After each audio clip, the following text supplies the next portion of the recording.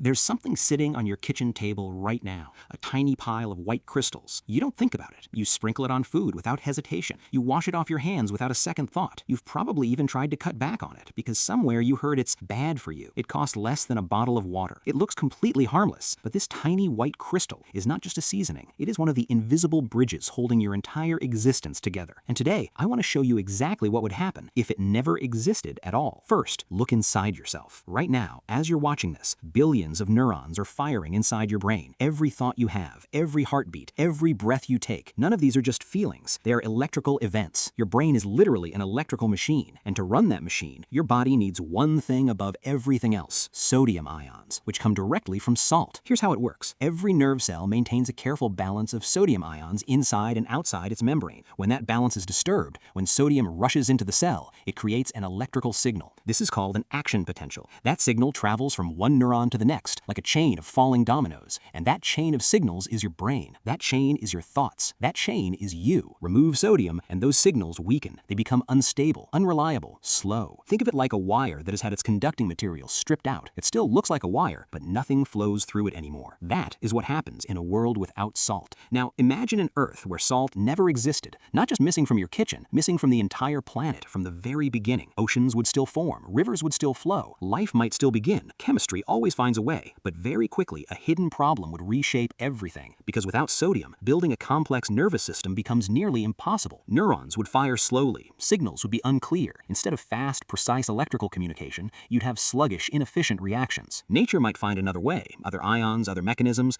but those alternatives would never be as fast, never as efficient. And here's the thing: complex thought requires speed, self-awareness requires precision, curiosity, the kind that builds civilizations, requires a brain that can process enormous amounts of information almost instantly. That level of brain in a world without salt almost certainly never evolves. Intelligence, as we know it, simply does not appear. But the story doesn't stop at biology. Salt is also inside our oceans, and it shapes them in ways most people never think about. Here's the key point: salt lowers the freezing point of seawater. That means polar regions don't freeze as easily. That means a much larger portion of the ocean stays liquid, and inside those liquid oceans flows something called thermohaline circulation, massive underwater currents that distribute heat across the entire planet. These currents are essentially Earth's global heating system. Remove salt, and those currents weaken. The climate becomes more extreme, more volatile, less stable over long periods of time. A planet like that struggles to develop the kind of stable, consistent ecosystems that complex life needs to evolve over millions of years. And without stable ecosystems, the question of intelligent life doesn't even come up. But let's do something. Let's assume the impossible for a moment. Let's say somehow, against all odds, intelligent life still evolves. Some alternate biochemistry, some other path through the chaos. Even then, there's another wall waiting. Because salt isn't just biology. Salt is survival technology. Think about your ancestors, the ones who lived without refrigerators, without freezers, without any way to preserve food beyond what nature allowed. Their biggest problem wasn't war. It wasn't predators.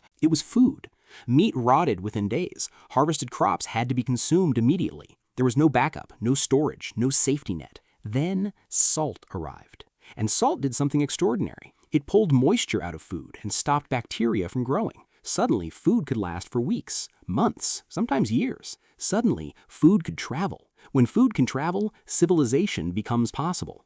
Preserved food means soldiers can march long distances without needing a farm at every stop. Preserved food means cities can grow beyond local farmland, fed by trade instead of geography. Trade routes mean ideas travel, technology travels, culture travels. Rome marched its armies on salted meat. Ancient Egypt preserved Nile fish in salt to feed its workers and soldiers. China considered salt so essential that the government held a complete monopoly over it. And here's the detail that hits different.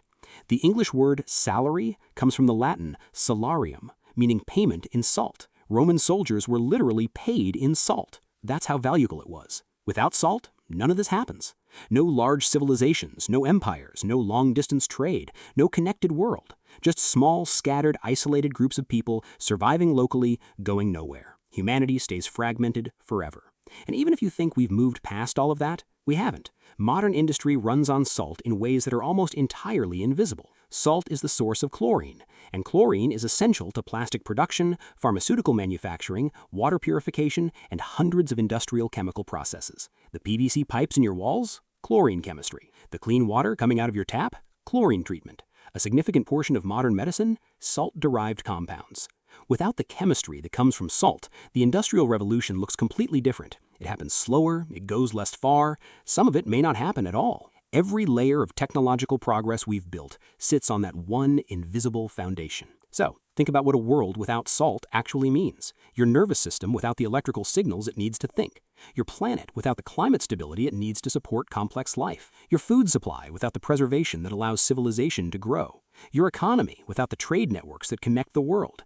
Your industry without the chemical foundation that builds the modern age. These aren't separate problems. They are one chain, and salt is one of the most critical links in that chain. So, the next time you see that small white pile on your table, pause for just a second, because you're not looking at something ordinary. You're looking at the thing that helped spark your neurons into existence, the thing that stabilized the planet you live on, the thing that let your ancestors survive long enough to build something, the thing that made civilization possible. Salt did all of that, quietly, invisibly, without ever asking for any credit, exactly the way the most important things always do.